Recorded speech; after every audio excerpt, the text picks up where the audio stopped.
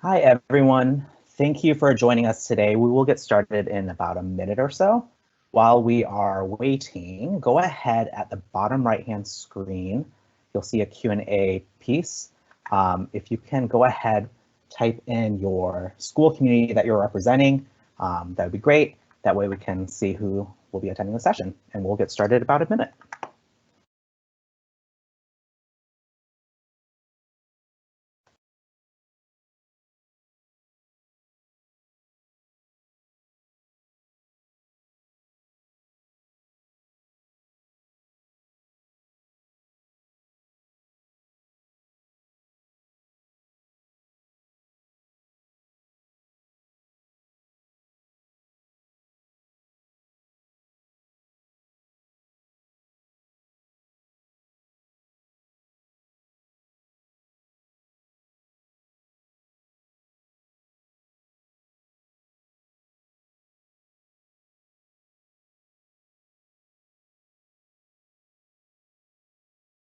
Hi, everyone. Thank you for joining us today for the special session on Parent University for Microsoft Surface Go 101 training. My name is Jerry Ilar, the Public Events and Engagement Coordinator for the Communications and Engagement Office at DCPS. Before we get started, we do want to go over a couple of housekeeping on how to navigate Microsoft Teams. So if you need access to subtitles, we have options to use English, French, Chinese, and Spanish. So go ahead at the bottom right-hand corner of your screen next to the Q&A function. You'll see a little piece or a gear function. Click on gear or on the gear, and then you'll see options to go to captions and subtitles, and go ahead choose the subtitle that you are needing for the session today. Once you have that, we'll go ahead, go over the Q&A function. So if you have any questions throughout this entire process, go ahead, type in your question. You can ask it anonymously or go ahead, state your name. So that way, if we need to follow up, we can follow up, and then go ahead, press ask. And then we have representatives on DCPS answering all the DCPS ELi questions, as well as representatives from Microsoft who will be answering any Microsoft specific questions. Before we do get started, I do want to thank you for coming to the session. It will last anywhere between 30 to 45 minutes, maybe an hour, depending on how many questions we have.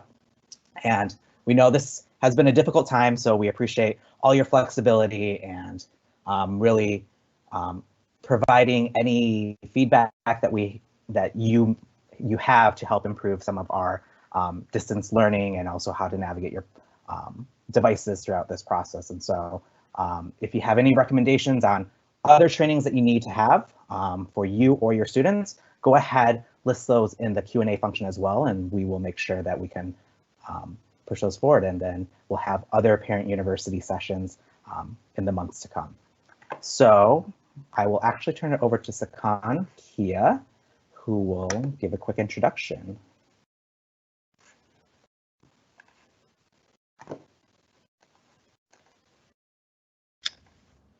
Hi, everyone. My name is Sakon Kieh. I'm the manager of educational technology here in DCPS. So what does that mean? I support students, staff, and families in implementing best practices for technology integration, as well as providing trainings.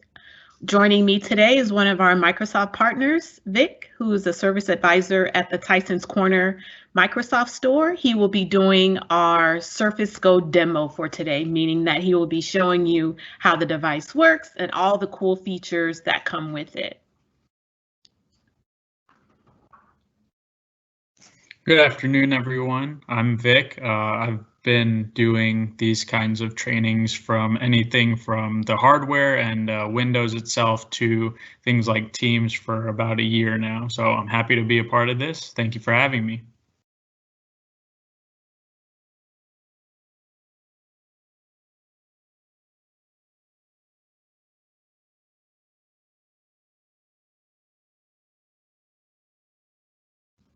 So Microsoft Surface Go, The picture you see right there is like a snapshot of what the device will look like once you get it. It's only a side view, but it'll kind of give you insight into what you will get.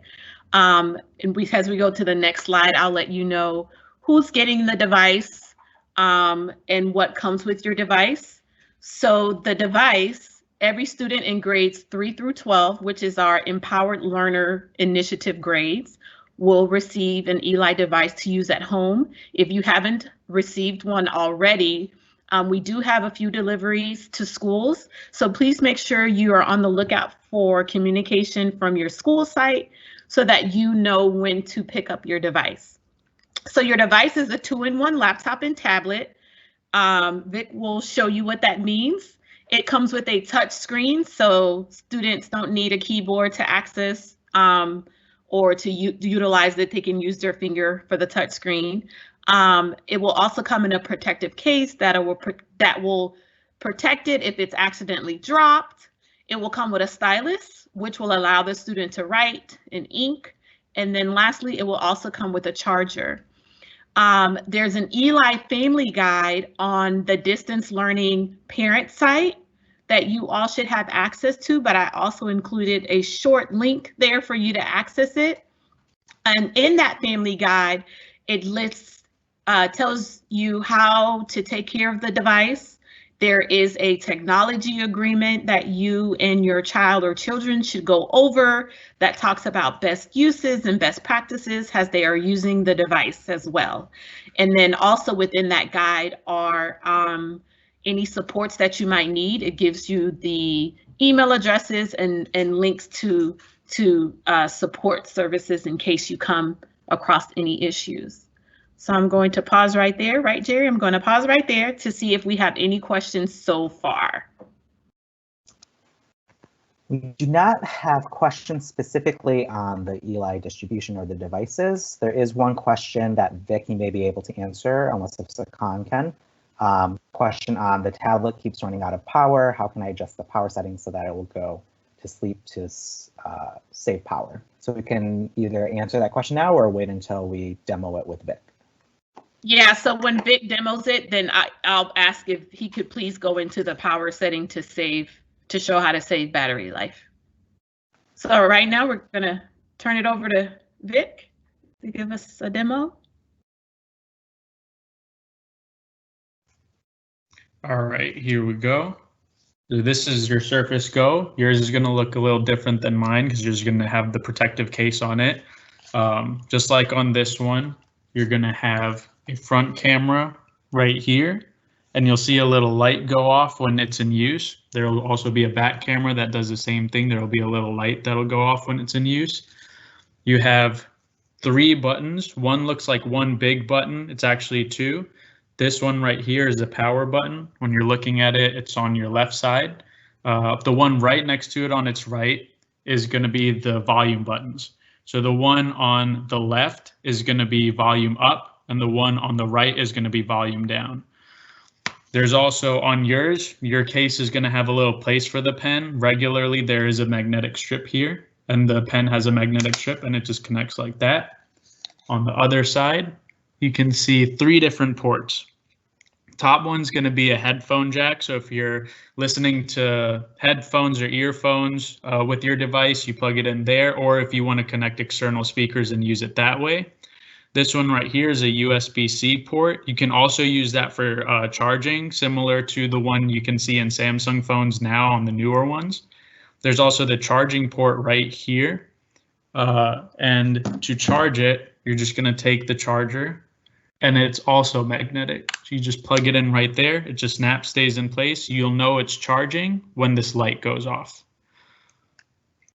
There's also a kickstand, just like the one that's built into the case. And there will be a little lip here on the actual device. You can just put your finger in there and then bring that out so you can set it up properly on the table, just like that.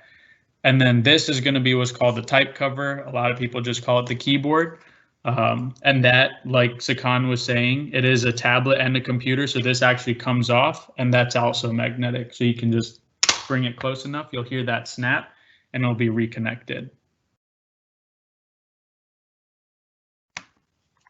All right. Do we have any questions so far for the Q&A, just for the hardware itself?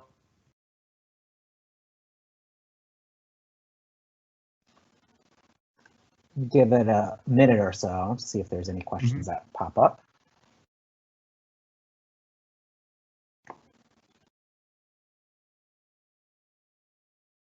I think at this moment we can go ahead, move forward.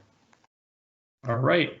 So I'm going to go ahead and give you guys the demo of turning it on. Here you go. You just press that button. The display will come up. And you can either click any button on the keyboard here to lift this login screen, or you can use your finger. This is a touchscreen device. And you'll see, let me see if I can bring it a little closer so you can actually see what I can see. There you go. There's this little sign in button there. You can click that with the mouse or with your finger, and then that'll bring you in. All right, so now I'm going to actually go ahead and share my screen so you guys can get a good demo of what I'm talking about, rather than me just showing this like this with a bad reflection. All right, so let's go here. All right, so this is what it should look like when you open the device. Should have this blank regular Windows startup screen. One of the main things that you're gonna probably be using in on your devices, just starting out like this, is gonna be this little start menu down here. Now this is where you'll find all of your programs, all of your apps, anything that's already downloaded for you here, even the stuff that's built in like the camera and the calculator and things like that. The cool thing about the start menu is right here, you're gonna find all of your apps, and they're actually sorted by alphabetical order. So if you click the A or the pound sign or anything like that, you can actually look through and see which apps you have on there. And just by clicking one of the other letters, say I want to go to OneNote, I can go to O and it'll bring me here, and OneNote will be right here. The other cool thing is you can actually pin these right here. And you can do that by, let's say you need tips on Windows 10, you can just right click or use two fingers on the touchpad on the keyboard, and this will pop up. You just say pin to start, and then you can drag this wherever you need to, and then put it in different groups. So like these are my Microsoft apps, so I call it Microsoft 365. You just click on that, and you can edit to whatever you want it to be. So this is really just to make everything available quickly, like a quick access bar if you want to look at it that way. The other cool thing about this start menu is there's actually a search function. So you can either hit the magnifying glass or literally just start typing. Just as long as you've clicked this little Windows logo right here, you can start typing. So if I want to go to OneNote, I can just type it right down here and it'll pull up right here. And that will also search, you can see right here, you can search for apps specifically, you can search for documents that you might have in there, and you can also search the web. So if I have something on here that I want to look up, then I can do that right here as well. It will also give me suggestions of what I might want to look up. All right. And once you open one of these, you'll see it'll open up right down here on the taskbar. So you can notice that these, without me even having them open, are down here already. So the way you do that is, say I want to open tips, say I missed something in a Windows update, I want to learn how to use it properly. That's what tips is going to be for. And if I want it to stay there forever, you can just go here, or until I choose not to have it here anymore, and go to pin the taskbar. And so even if I close this now, it'll still be right here. And then if you want to unpin it, say you're not using an app really anymore, so like settings or something like that, you can unpin it. And now that it's not open anymore, it goes away. Another thing you can do is create these desktop shortcuts. So you can do that literally just by clicking and dragging from the start menu. So if I wanted OneNote here, I could go to OneNote. Just click and drag and it'll make a link there. Actually, I'll do the newer OneNote. There you go. And it just populates there. You can put it wherever you want on the desktop. Now, I mentioned tips earlier. That'll really get you started with more of this kind of stuff. So you can learn, like, it has tips for working remotely in Windows 10, tips for your Surface device specifically, tips for Teams, getting started with Windows 10. You can find a lot of this stuff is really cool and really useful. And then there's also a search here that you can search any tip. So if you forgot how to create a shortcut for pasting or copying or something like that, you can search that up here and it'll populate there. The other thing that I'll show you is sticky notes. So you can think of this like post-it notes for your computer. If you want to take a quick note of something quickly, you can open that up and then make a note there. So test note. And then this actually is tied to the student's account. It'll go wherever they need to. So even if there's something wrong with the computer, if they break it and need a new one, it'll just automatically track to that student's login and be there again. The other thing I'll show is when you detach the type cover or keyboard from the Surface Go, it's going to go into what's called tablet mode. And if you don't want it to be in tablet mode, you can always just click tablet mode here and that'll turn it off. And there's also a rotation lock that you can turn on and off in tablet mode as well.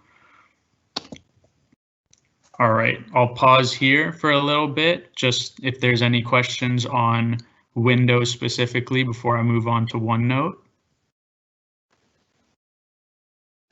Vic, go ahead, Sakon.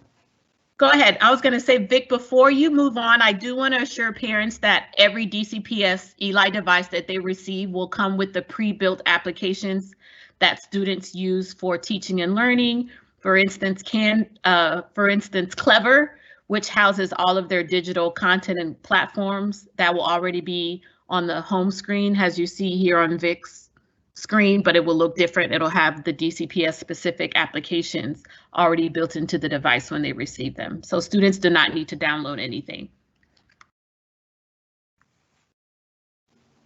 Awesome, thank you, Sakon. Just want to make sure this question was answered in the chat function, but just going over battery settings, if any other Yep. Quick So functions that's on that, right and also maybe here. No, was there anything else? And just general functions. I remember yesterday there was a question on turning on the webcam and turning it off and making sure privacy settings are correct there. And so making sure parents know how to adjust those settings. Yep, so I'll do battery first and then we'll go to the privacy settings. So the battery settings are going to be right here. It'll have two different things. So one, when it's unplugged right now, it'll say on battery. The way to save battery life is going to be to turn this down. You'll notice that my display dimmed a little bit as well. That's part of the battery saver mode. You can always override that. There should be a picture of a sun, one that's bigger and one that's smaller, right next to the escape keys. If you press the one that's bigger, you can kind of make that dimmer or brighter, but it'll always stay a little more dimmed when it's in battery saver mode, and that is to conserve the battery a little more.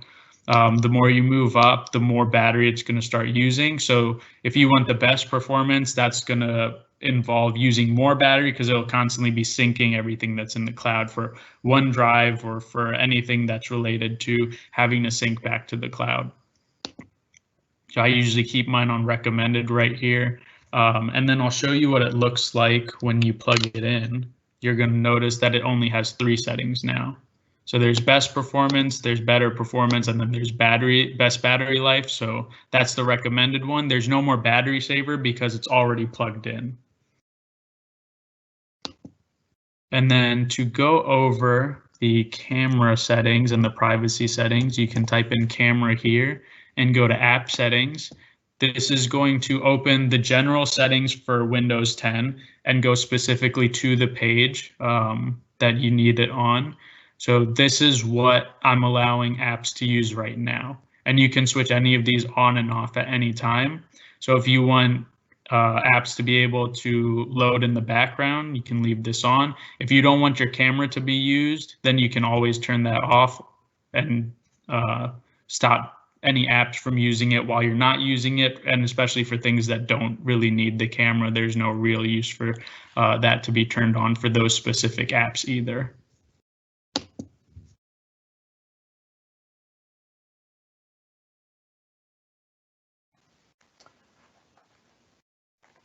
Awesome. All right, how are we looking for the Q&A? I think at the moment we are good with Q&A. We can go ahead, transition into inking. All right, perfect. So I'm going to give you guys a real good look into OneNote, and especially the inking functions in here. So when you go here, they'll probably have something different here because that'll be your school notebook. If you need to add different sections for different classes and things like that, that'll be here. I'm not sure if the teachers usually pre-plan that and have that, but you can also add different pages. So for this, I have notebooks and sections. That's this part right here.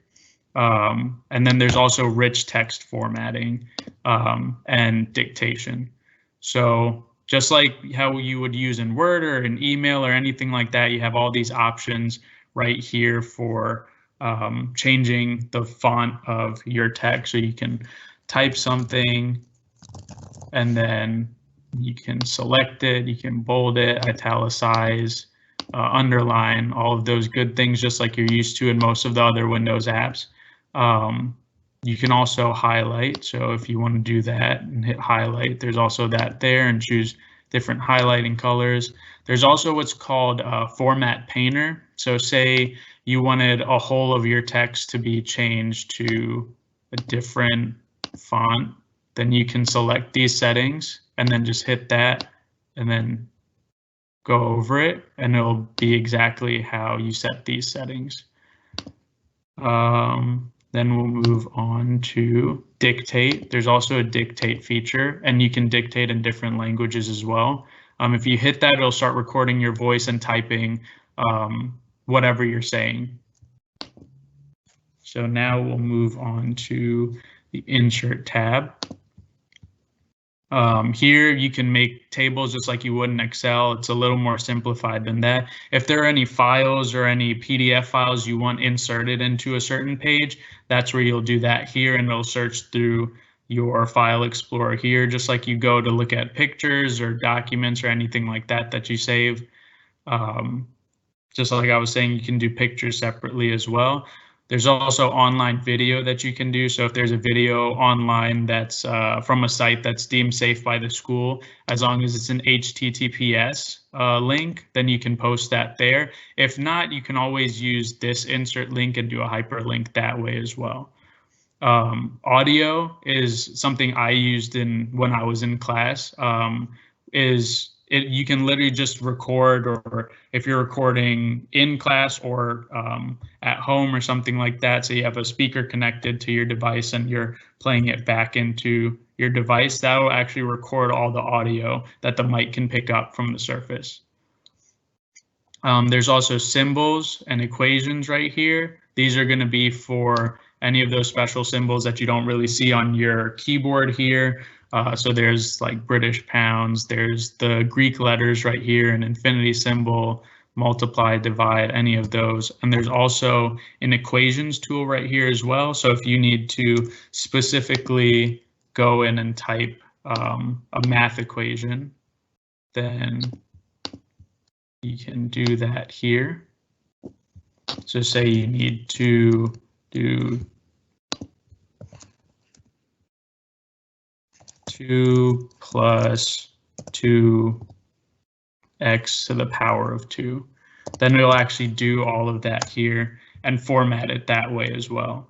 Now this will bring me also to these math functions where you can actually write with your pen or use the keyboard like we did here and have it solve some of these for you. So once you select something and hit the math button, then it'll give you this and it'll ask you, what do you want to do with it? So if we hit evaluate, it'll go through and solve, or if I did something like, let's say 2 plus 2, then I can select that separately and hit go back to math and hit select action, hit evaluate. It'll give me 4, and it'll also say show solution steps. And you can actually drag this, put this right in here, and it'll be added. So in case you need to show your work, say your child already knows 2 + 2 is 4, they can just drag that in there rather than the tedious typing and everything. And they can also drag the solution as well, right there. And now I'm going to show you how to do that with drawing. So I'm going to use my Surface Pen right here, and we'll go through and choose a different color rather than black. We'll do blue or something nice.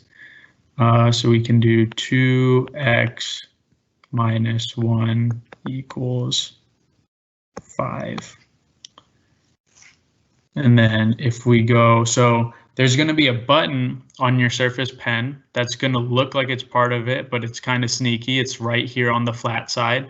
If you click and hold that and put it against the screen, that'll let you do this kind of lasso that you see on my screen right here. And once you let go, it'll select whatever was in that loop that you made. You can also do this by going right up here to this little lasso here and do it the same way and do it with your mouse or the pen. And then I can go right back here to math, go here, hit solve for x. It'll give me x equals 3, and it'll also give you the steps on how to do that. So if I go here and drag this in here, then we'll do show the steps. You can do that as well. And there are also some other cool features that you can do with the pen. So we'll go here for kind of a blank slate. There's also shapes. Shapes, these are the generic shapes that you'll see, but there's also ink to shape. So if I select ink to shape, we'll get rid of this math right here and say I want to draw a circle, but I'm not that great at drawing a circle. So I can go like that, and it'll automatically make that circle. And it'll be whatever color the pen is as well. So if I want to change that to red, and I think the most sides OneNote can do right now is a hexagon. So let me draw a hexagon. And it'll put that right there too. Another cool thing you can do is you can write with it.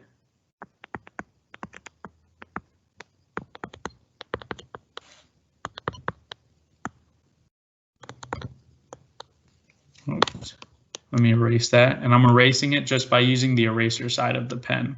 There's also an eraser button right here that you can use, so if you select that, you can delete that.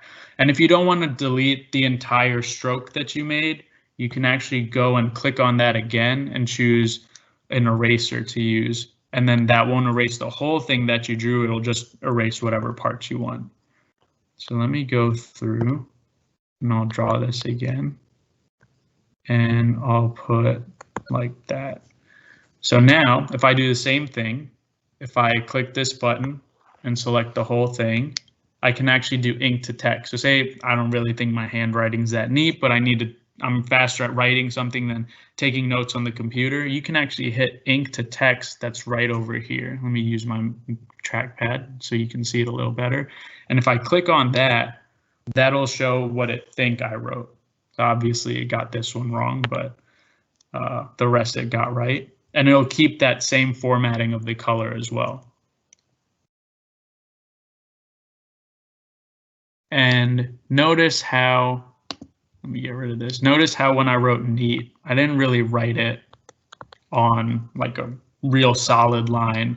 To help with that, you can always go to view and add these rule lines here. So just like you would have in a notebook, and you can choose the spacing of the lines as well. So if you think that's too small, you can make the lines a little bigger. So that'll actually help me in writing a little more properly next time.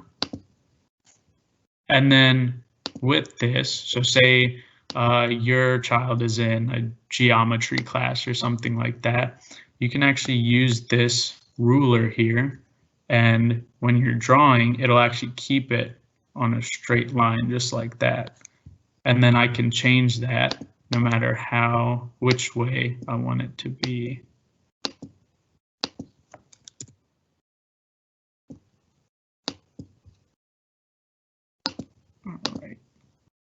covered math. And then there's also this draw with your finger as well. So if you want to draw with your finger, we mentioned that this had a touch screen. I'm just literally gonna use my finger and draw on it like this. Pen's in my other hand. I'm literally just using my finger right now and doing the same thing.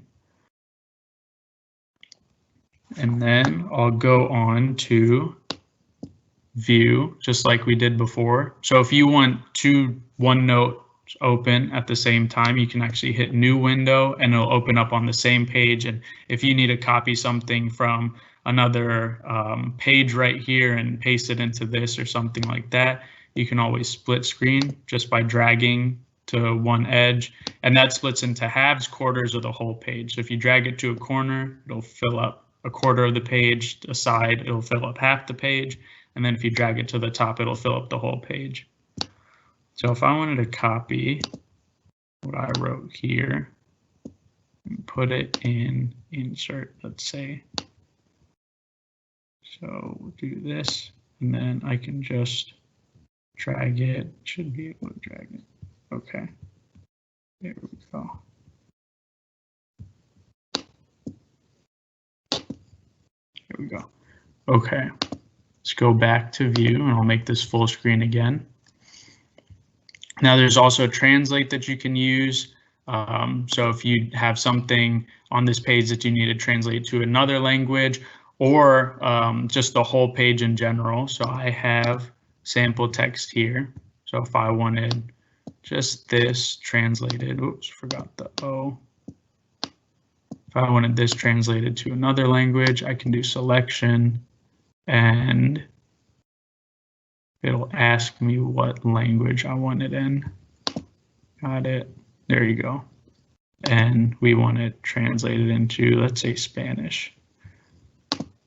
And it'll give you that, and you can always go here and insert whatever is there, and you'll see it's inserted in that language there. Okay, and last thing I'm going to cover real quick before I hold off and see if we have any more questions is this help feature right here. And this is really going to be kind of like what you see in this search bar right here, but more for different functions and things like that that you would have in OneNote. So you can see what's new if there was an update, or you can actually have these trainings right here. So quick start and intro, how to take notes, how to draw and sketch, how to stay organized, all of those will be right here. And so say we want to do immersive reader, you forgot where to find it, you can literally just type immersive reader here. And it'll show up right here. All right, so I'm going to take a quick break for any questions or anything you guys want me to go over again. Yeah, so this is actually a question for you and Sakon. Sakon, if you could probably kick it off with an answer. If people have specific questions on how to navigate their device, should they connect with a DCPS point, or should they connect directly with someone from Microsoft in one of the Microsoft stores? What resources do we have for specific questions on their device, or just general questions and some of these shortcuts and tips that Vic is going over today? So all of that information is in that ELi Family Guide that is on the parent support page. Support links are in there for who to contact regarding devices, as well as application questions with some of the applications. Perfect. We will share that information in one of our slides as we wrap up. Let me hold off on any other questions that we may have. Vic, just to recap, this is actually going back to the hardware question. There was a question just on the power that, let me just pull it up. The tablet stays on until it runs out of power. Can you put the tablet or the computer back into sleep mode? Can you just quickly demo that again? for a family member. Yeah, one way to do that is to just hit the power button right here. Just give it a one tap like that. Another way would be you can go down here to the start menu, and right here, this will pull out, or if you already know it's there, just hit it. And you can actually put it in sleep mode here or shut down. The other thing, I don't know, Sakon, you might be able to answer this a little better, is going to control panel. I don't know if the image blocks this or not that you guys have on the device, but choosing what the power button does and choosing what closing the lid does. Closing the lid on this would be more, not like on a laptop, you'd shut the lid down, but on this, it's really just putting the type cover up against the camera so it knows, it has a sensor, so it'll know it's shut. Yeah, and that's all they need to do for the device to sleep is to close the lid. Yeah, so either closing the lid or hitting that power button or putting it to sleep would probably be your best options then.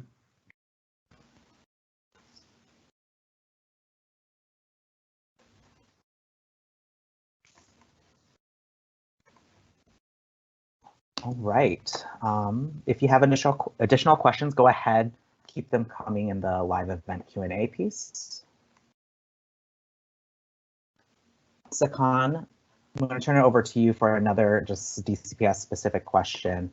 What are some of the platforms or programs that we would expect our students to be going over, and does it come with the devices? How does that work? Is everything preloaded?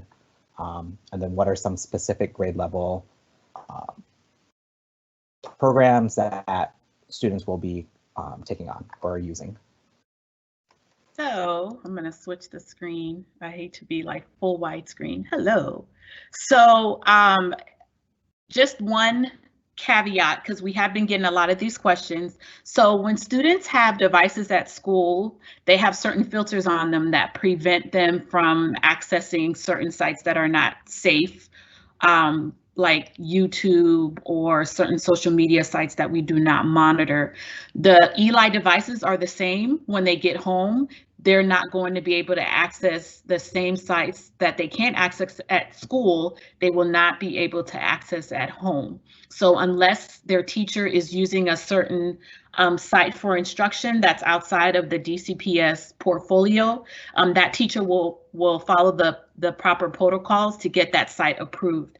So we want students to enjoy their devices. They're going to come with all of the pre-built applications that they will be using for learning, but at the same time, we want them to remain safe while learning at home.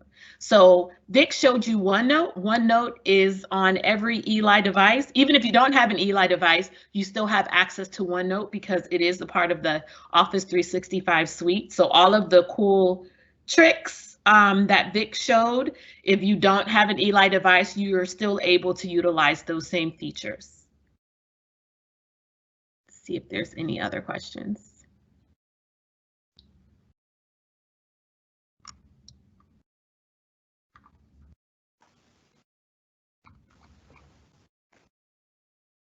And again, just one more, Jerry has posted the link to the ELi Family Guide.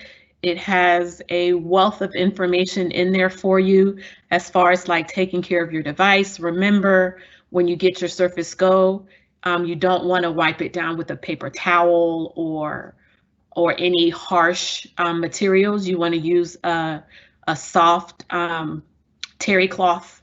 Am I saying it right, Vic? Terry cloth? Yeah, terry or microfiber cloth. Terry or microfiber cloth to wipe your device down and keep it clean. Once again, parents, I will encourage you. There is a acceptable use policy within the Family Guide, and we encourage you to go over how to take care of your device with your child or children, and how to navigate, make sure that they're online and navigating online safely as well. So please check out that ELi Family Guide. It has a wealth of information in there for you.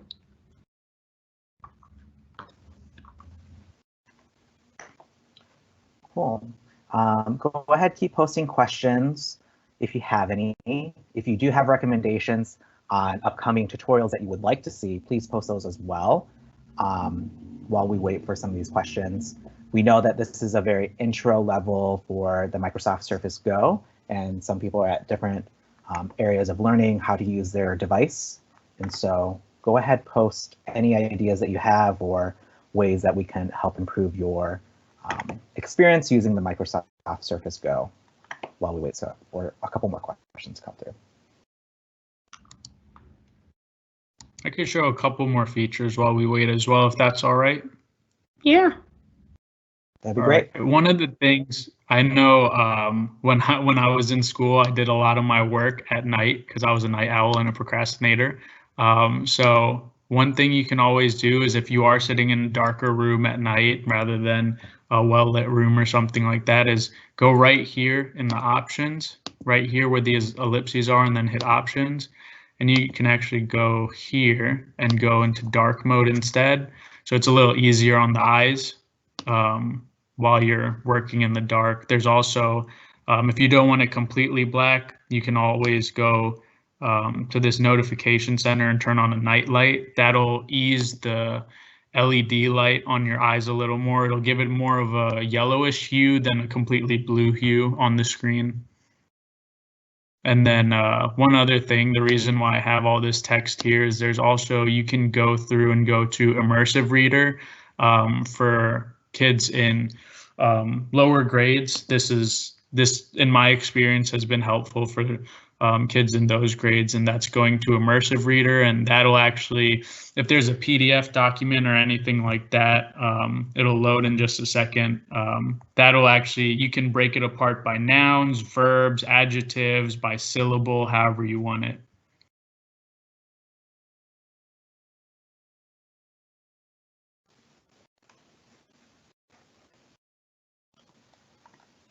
Thanks, Vic.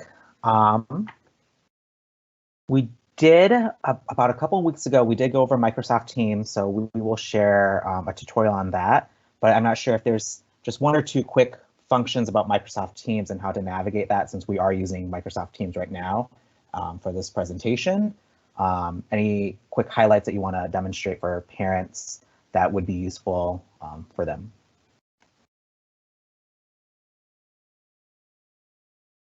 Were you saying for Microsoft Teams? That is correct. Yep. Just one Yeah. or two quick functions so that parents, even myself, I'm a little bit newer to using Microsoft Teams, so I think parents would find it useful to know some of the key highlights for using Microsoft Teams. Yeah, sure. One thing I can show you. You guys mind if I go to my Teams here, or should I pull up like a demo tenant or something? Like our call. Whatever is easier for you.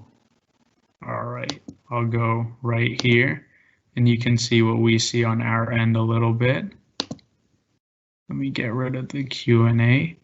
And one of the things that I've been using in my own Teams meetings with my Microsoft team is if you go here to more actions, you can actually have a separate background, and it'll filter by, it'll use facial awareness to kind of go through, and you can change your background effects. So if there's someone watching TV, or the house is a mess, or any of the other things that everyone goes through in everyday life, and you don't want that being shown in the background, there are all these different little backgrounds that you can use. You can just blur the background, or you can use a preset background like one of these, and that'll actually put that. So take note of my background, and then I can actually change it and use this instead. And then I'll give you a little preview here. I'll just go ahead and hit apply. And now my background's changed. So you can use that as well. Another thing that you can use is, let me wait for it to pull up again. You can share your screen here. If that's allowed in the classroom setting. This is the turning your video on or your microphone on or off. This is a chat function right here. And you can also go to, let me see, turn on live captions. So you can actually see if someone's talking you can actually get a little bit of captions going across the bottom from whatever Teams picks up. So if you can't understand the teacher clearly, or if there's other background noise in the house or something like that, and you want to be able to at least read what they're saying, you can turn on those live captions. So those are some of the cool things I've been using. Oh, and one more thing actually that I can show you is if you are using a pair of headphones with an inline mic on the cord or something like that, you can change your device settings. So if you want to hear through the earphones or headphones and talk through that inline mic, that'll be right here. You just go to that ellipses like I did and go to device settings. Let's go back here. And this is what it'll bring up on the side right there. And then you go to, it'll say show device settings. And this will be where you choose. So if it's an audio device, meaning you're using headphones or earphones, it'll be right here. So you can see on mine, or rather, my bad, it's the one under it, right here, this one. So you can see here, I'm just using my speakers because I don't have any earphones plugged in. If you did though, they would show up here and you just click on that one and the audio will automatically start coming into your headphones. And then same thing with the inline mic. If you want to use that inline mic that's built in, or if you have one built into the actual headset, you can choose that here as well. And then if you want to change your camera, so if I'm showing my face, I'm going to use the front camera, obviously. But if your child wanted to use the camera facing the opposite way, say they wanted to show something around the house, maybe they have show and tell or something that they're doing, you can just click that and it'll let me go to camera rear. And that'll show the opposite side. I don't want to show mine because it's just a big black screen. It's nothing fancy or anything like that, but that's what you'd use. Awesome. Thank you so much, Vic. I'm going to turn it over to our wrapping up piece while we wait for additional questions to come through. And so we do want to thank you for attending this session. Let me just switch over. And so while we wait for additional questions that you may have, we do want to point out that there are additional resources for Parent University at bit.ly/ParentUTeams. So go ahead, check that out. Taylor Stanley has been leading a lot of our sessions on mental health, college and career, and then upcoming sessions like the Microsoft Teams that we had and what that will look like for May and June. And so go ahead, check out that link to access any additional resources you may need during distance learning, as well as the Eli Surface Go Family Guide at https://bit.ly/famguide, GUDE2. Go ahead, check that out if you have specific questions on the Eli Surface. If you have any general questions on the training or the Eli Surface, you can go ahead, email us at ceo.info@k12.dc.gov. And if you have recommendations on any tutorials or trainings that you need, whether it's Eli or even just anything surrounding distance learning, go ahead, fill out that survey at bit.ly/ParentUEval19, and that will help curate some of our sessions that are coming in May and June. And then we do have this session that will be on Monday in Spanish. So please go ahead, share that link for Monday from 3 p.m. to 4 p.m. We will hold it in Spanish for any of our families who need that assistance. And we know that this time has been difficult, but we do want to say that you all are doing an amazing job communicating with us, as well as getting your student to finish the rest of the year with the school year ending on May 29th. And so whatever we can do to help support you and your student and their success for the remainder of the year, please let us know by visiting ceo.info@k12.dc.gov for any questions or highlights and some information. There's also a parent survey that's going around. Go ahead, fill that out this weekend so we can best adjust for the remainder of the year for the last month. I'm going to turn it over for Sakon for any last words on ELi or just any other trainings or resources that we may have missed. We will be hosting, we will be partnering with Microsoft the month of May to be hosting student training sessions. And we would love for you to join parents on the different Microsoft applications. Starting in the month of May, a survey registration will be going out, so please check your emails for that. And we're just excited to keep partnering with you during this time. Thanks. Thank you, Sakon, and thank you, Vic, for leading the demo. You will be able to find this tutorial on YouTube, and we will share that out for you all to access, hopefully by next week, Monday or Tuesday. And we will close out for today. Thank you again. Everyone enjoy their weekends or their weekend, and we will see you at our next Parent University session.